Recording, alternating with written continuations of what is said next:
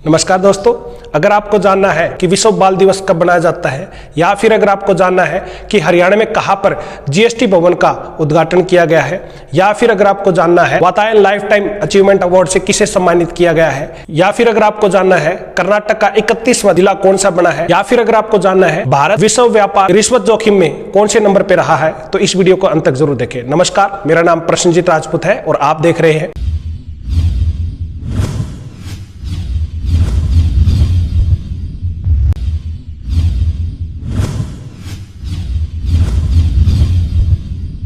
दोस्तों। आज हम 20 नवंबर 2020 की करंट जीके लेके आए हैं और शुरुआत करते हैं 20 नवंबर 2020 से कि विश्व बैंक ने मेघालय सरकार के साथ में परिवहन में सुधार लाने के लिए क्या किया है, एक समझौता किया है। तो शुरुआत करते हैं 20 नवंबर 2020 की।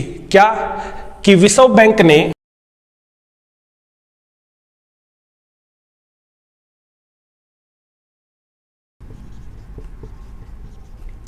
मेघालय सरकार के साथ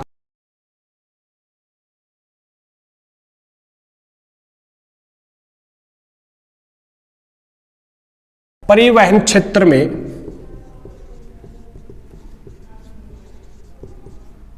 सुधार के लिए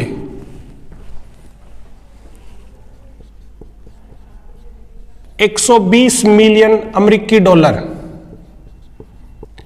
की परियोजना पर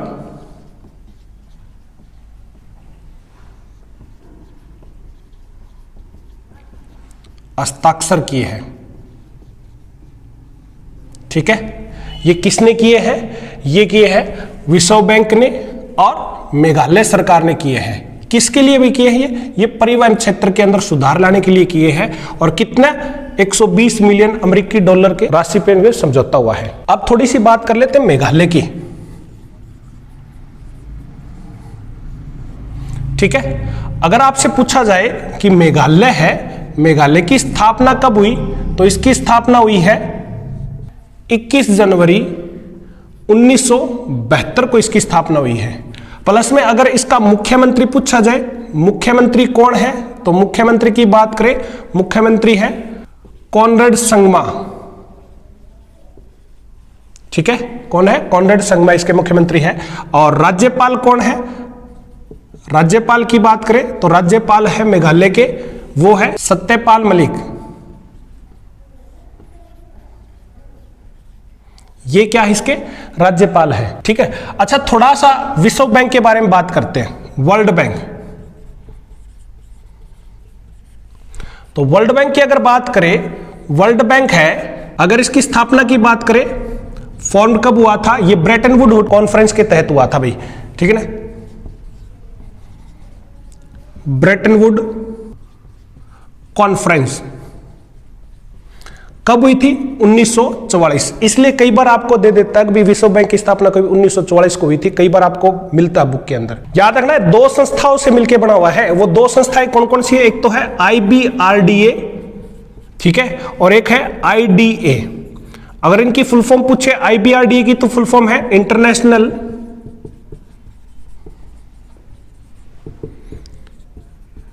bank for reconstruction and development, और दूसरा कौन सा है? इंटरनेशनल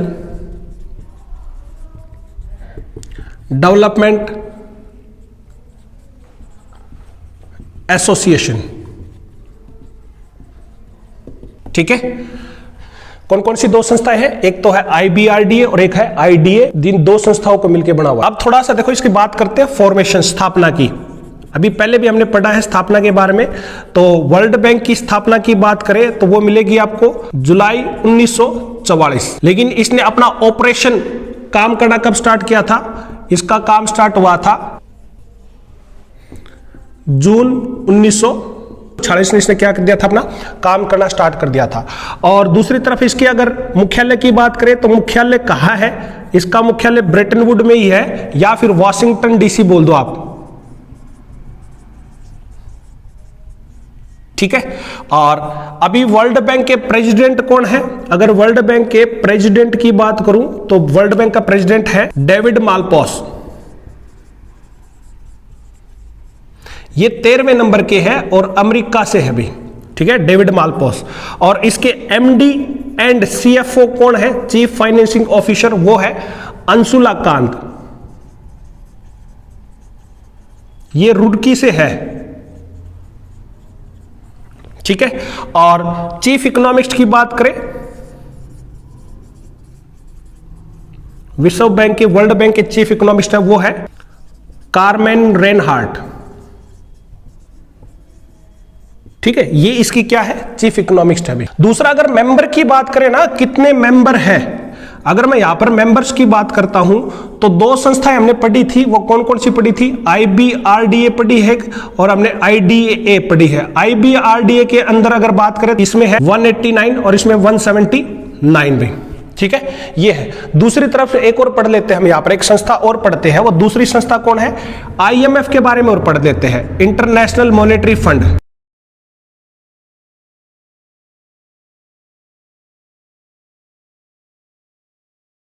ठीक है। इंटरनेशनल मॉनेटरी फंड की बात करें तो इसकी स्थापना कब हुई भाई, अगर मैं इसकी स्थापना की बात करूं तो इसकी स्थापना हुई है 27 दिसंबर 1945, ठीक है। और दूसरी तरफ इसके चीफ की बात करूं तो इसका चीफ कौन है, इसके चीफ है क्रिस्टलिना जॉर्जिवा,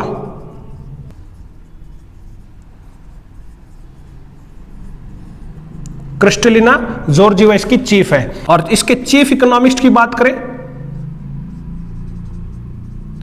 इसके चीफ इकोनॉमिस्ट की बात करते वो है गीता गोपीनाथ, याद रखना कोलकाता से है ये, ठीक।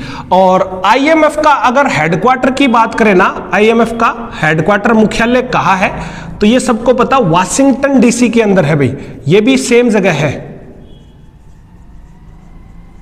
Washington DC। और इसमें मेंबर कितने हैं, अगर मैं इसकी बात करूं मेंबर की, तो मेंबर है 190, ठीक है। कितने मेंबर है, 190। फटाफट यहां तक स्क्रीनशॉट ले, फिर हम आगे बढ़ेंगे। चलो आगे है कि केंद्रीय अप्रत्यक्ष कर और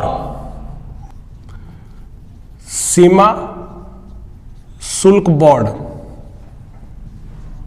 यानी कि CBIC, central board of indirect taxes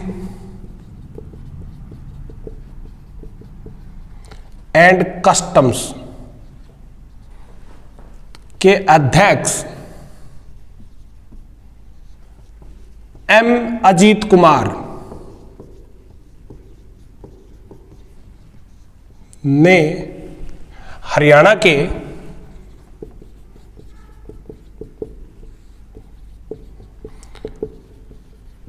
Panchkula में GST भवन का उद्घाटन किया,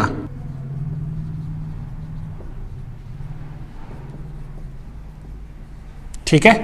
क्या किया है, हरियाणा के पंचकुला के अंदर GST भवन का उद्घाटन किया गया है। और ये किसने किया है, ये M अजीत कुमार ने किया है। M अजीत कुमार है कौन, ये केंद्रीय अप्रत्यक्ष कर और सीमा शुल्क बोर्ड के अध्यक्ष है, चेयरमैन है, इन्होंने किया है। याद रखना, पहले HSCC क्वेश्चन पूछ चुका है, फतेहाबाद है ना हरियाणा का, फतेहाबाद में पहला GST हेल्प डेस्क खुला था, पहला GST हेल्प डेस्क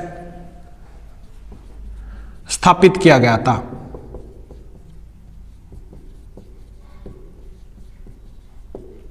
ठीक है। कहा किया गया था, ये फतेहाबाद के अंदर किया गया था, भी आपको पता है, ये पहले HSCC क्वेश्चन पूछ चुका है। अब देखो थोड़ी सी बात कर लेते हैं CBIC की, यानी कि central board of indirect taxes and customs, ठीक है। अच्छा भाई, अब इसकी स्थापना कब हुई, अगर मैं इसकी स्थापना की बात करूं तो इसकी स्थापना हुई थी 26 जनवरी 1944। हेडक्वार्टर कहां है, हेडक्वार्टर न्यू दिल्ली है, कहां पर है, न्यू दिल्ली इसका हेडक्वार्टर है। और इसके चेयरमैन कौन है, इसके चेयरमैन की बात करें तो इसके चेयरमैन है M अजीत कुमार, ये इसके चेयरमैन है। एक संस्था और है सीबीडीटी, ठीक है, दूसरी संस्था कौन है? सीबीडीटी है। इसकी क्या फुल फॉर्म है? इसकी फुल फॉर्म है central board of direct taxes. ये अप्रत्यक्ष कर है, ये कौन सा है? प्रत्यक्ष कर है, central board of direct taxes. अब इसकी स्थापना की बात कर लेते हैं भाई, ये कब बना था? इसकी स्थापना की बात करें तो ये बना था 1 जनवरी 1964 और इसका हेडक्वार्टर भी न्यू दिल्ली के अंदर है। हेडक्वार्टर कहाँ है? न्यू दिल्ली में है। और इसके चेयरमैन की बात करें तो चेयरमैन कौन है? चेयरमैन है इसके प्रमोद चंद्र मोदी।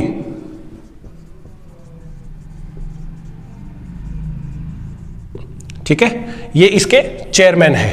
आगे है कि 20 नवंबर को अफ्रीका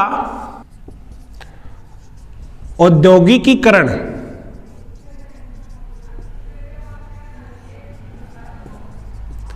दिवस के रूप में मनाया जाता है। ठीक है, किसके रूप में बनाया जाता है अभी? अफ्रीकन इंडस्ट्रियलाइजेशन डे के रूप में बनाया जाता है अभी। ठीक है, अच्छा, अब की बार इसकी थीम की बात करते हैं। अब की बार इसकी थीम क्या रखी गई है? इसकी थीम थी inclusive and sustainable industrialization in the Africa era. ठीक है, ये इसकी थीम रखी गई थी। ठीक है, यहां तक फटाफट स्क्रीनशॉट ले, फिर हम आगे बढ़ेंगे भाई। आगे है कि केंद्रीय संचार इलेक्ट्रॉनिक्स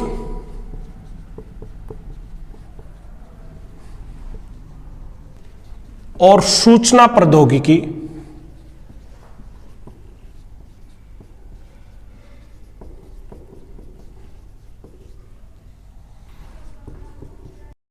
और विविध एवं न्याय मंत्री रविशंकर प्रसाद ने छठ पूजा पर मेरा टिकट, क्या? छठ पूजा पर मेरा टिकट जारी किया। किसने किया भी? ये किया है रविशंकर प्रसाद ने किया था। ठीक है, अच्छा, याद रखना छठ पूजा पर एक विशेष थीम के ऊपर कवरेज चलने लग रही है। क्या है वो है कि यह छठ सादगी और स्वच्छता का प्रतीक।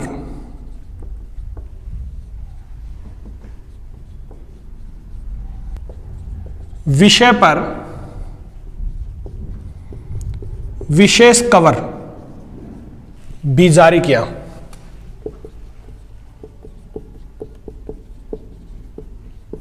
ठीक है, कौन सा? छठ सादगी और स्वच्छता का प्रतीक विषय पर एक कवर जारी भी किया है। किसने किया है? रविशंकर प्रसाद ने किया है। चलो आगे है कि 20 नवंबर को विश्व बाल दिवस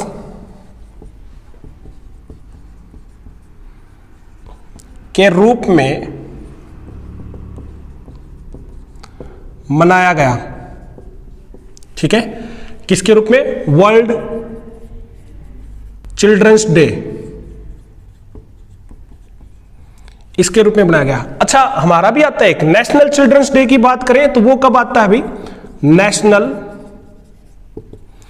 चिल्ड्रंस डे। ये तो था पहले वाला, तो था वर्ल्ड लेवल का। और बात करें हम राष्ट्रीय बाल दिवस, तो राष्ट्रीय बाल दिवस कब बनाया जाता है? 14 नवंबर को बनाया जाता है भाई, याद रखना। कब बनाया जाता है? 14 नवंबर को बनाया जाता है। आगे है कि भारत को व्यापार रिश्वत जोखिमों की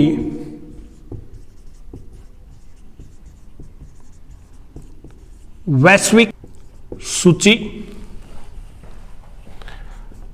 ट्रैश, ब्राइबरी, रिस्क मैट्रिक्स 2020 में 77वां स्थान मिला है।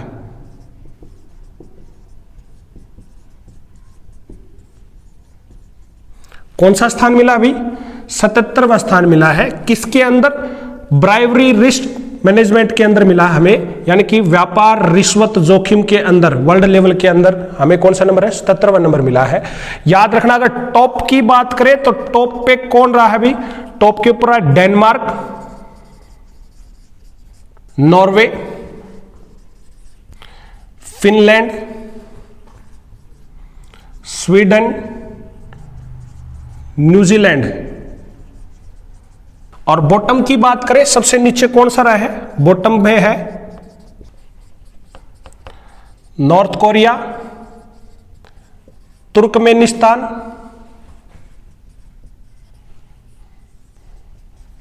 दक्षिण सूडान और वेनेजुएला। ये कौन से रहे हैं? सबसे नीचे रहे। फटाफट यहां तक स्क्रीनशॉट ले, फिर हम आगे बढ़ेंगे अभी। चलो आगे है कि रक्षा मंत्री राजनाथ सिंह ने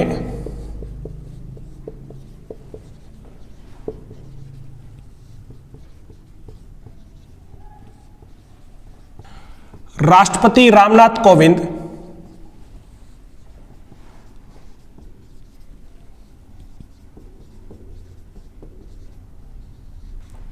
के कार्यकाल में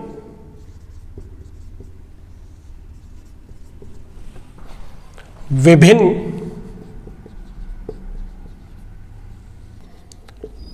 अवसरों पर दिए गए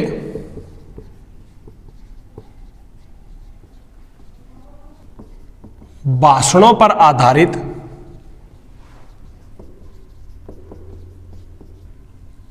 द रिपब्लिक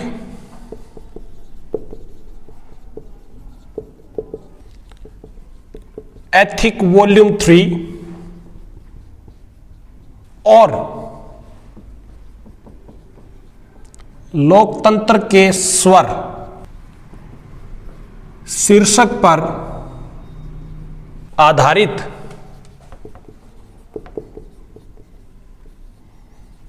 दो पुस्तकों का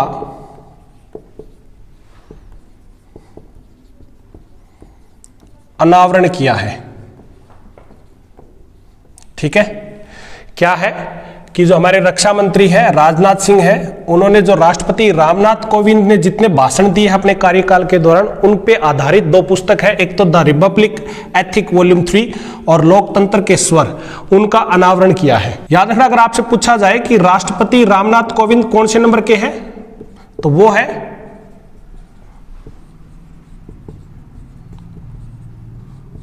कौन से नंबर के हैं? 14वें नंबर के हैं भी।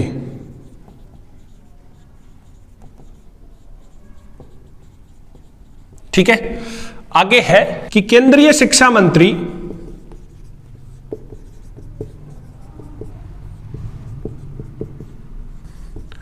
रमेश पोखरियाल निशंक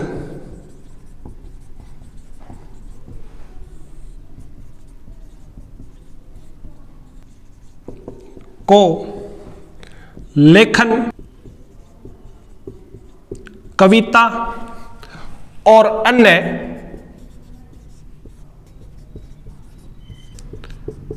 साहित्य कार्यों के लिए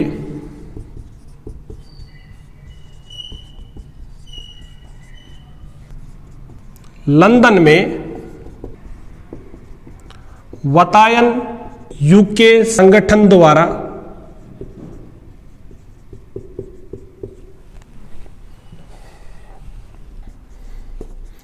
दिया जाने वाला Vatayan life time achievement award, कौन सा? लाइफ टाइम अचीवमेंट अवार्ड से सम्मानित किया।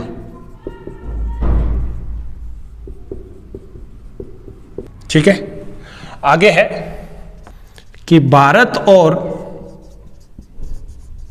लग्जमबर्ग के बीच पहली वर्चुअल समिट का आयोजन किया गया।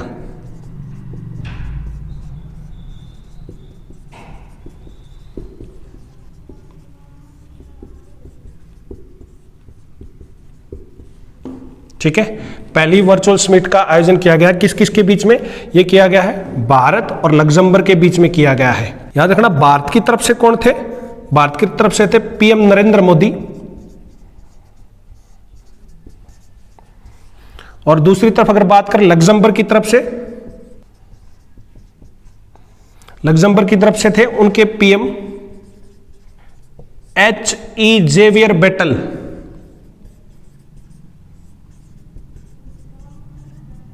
ठीक है, ये थे भाई, फटाफट यहां तक स्क्रीनशॉट ले, फिर हम आगे बढ़ेंगे भाई। आगे है विजयनगर कर्नाटक राज्य का 31वां जिला बनाने की घोषणा की गई।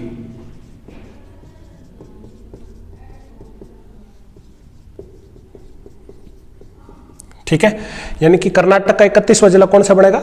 विजयनगर बनेगा। याद रखना, यह वल्लरी जिले से अलग करके बनाया जाएगा। कौन से जिले से? वल्लरी जिले से।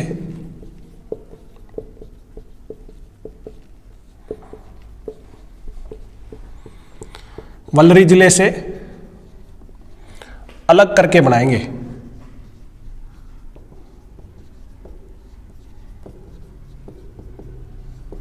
ठीक है, अब थोड़ी सी बात कर लेते हैं हम कर्नाटक के बारे में। कर्नाटक है, अगर मैं इसकी स्थापना की बात करूं तो इसकी स्थापना कब हुई थी भी? इसकी स्थापना हुई थी 1 नवंबर 1956 को हुई थी भी। और दूसरी तरफ अगर इसकी राजधानी की बात करें तो कर्नाटक की राजधानी सबको पता है कौन सी है? बेंगलुरु इसकी राजधानी है। ठीक है, और इसके राज्यपाल की बात करें तो राज्यपाल कौन है? वजुभाईवाला। ठीक है, वजुभाईवाला है।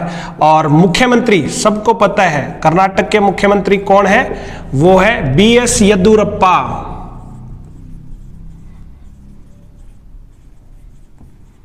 BS येदियुरप्पा कौन है? इसके मुख्यमंत्री हैं। याद रखना है कि यहां पर है बेंगलुरु, और बेंगलुरु को हम किसके नाम से जानते हैं? बेंगलुरु को हम जानते हैं सिलिकॉन सिटी ऑफ इंडिया। किसके नाम से जानते हैं हम? Silicon city of India. और गार्डन सिटी के नाम से भी जानते हैं इसी को हम। किसके नाम से? Garden city. और IT कैपिटल ऑफ इंडिया के नाम से भी इसी को जानते हैं। किसको जानते हैं? बेंगलुरु को ही जानते हैं। ठीक है, आगे है कि केंद्रीय स्वास्थ्य मंत्री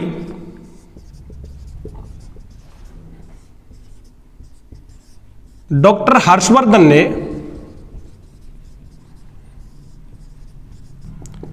वीडियो कॉन्फ्रेंसिंग के जरिए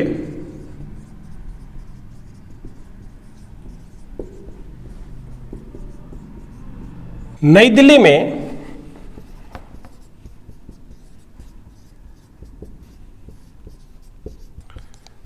तैंतीसवीं स्टॉप टीबी पार्टनरशिप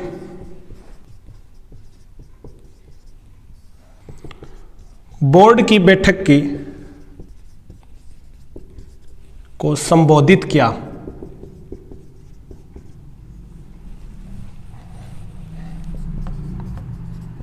क्या किया है?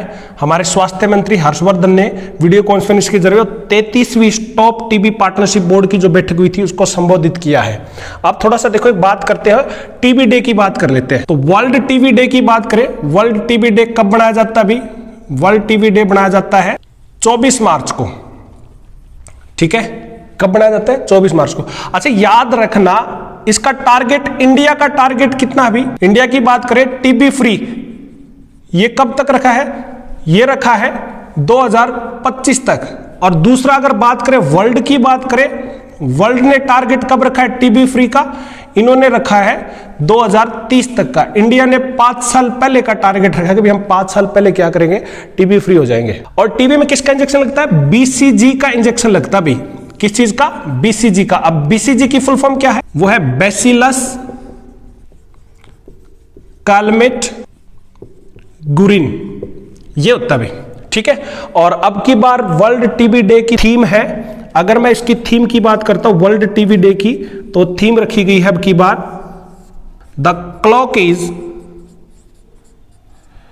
टिकिंग, ये थीम रखी गई भाई, ठीक है। फटाफट यहां तक स्क्रीनशॉट ले, फिर हम आगे बढ़ेंगे। तो ये थी 20 नवंबर 2020 की करंट जीके। आशा करता हूं आपको पसंद आई होगी। बने रहे हमारे YouTube channel ambition classes Shivani के साथ में, और हमारे YouTube channel ambition classes Shivani को ज्यादा ज्यादा लाइक करें, शेयर करें, सब्सक्राइब करें, और आपके वैल्यूएबल कमेंट जरूर डालें ताकि हमें और अच्छा करने के लिए प्रेरणा मिलती रहे। आज के लिए इतना ही।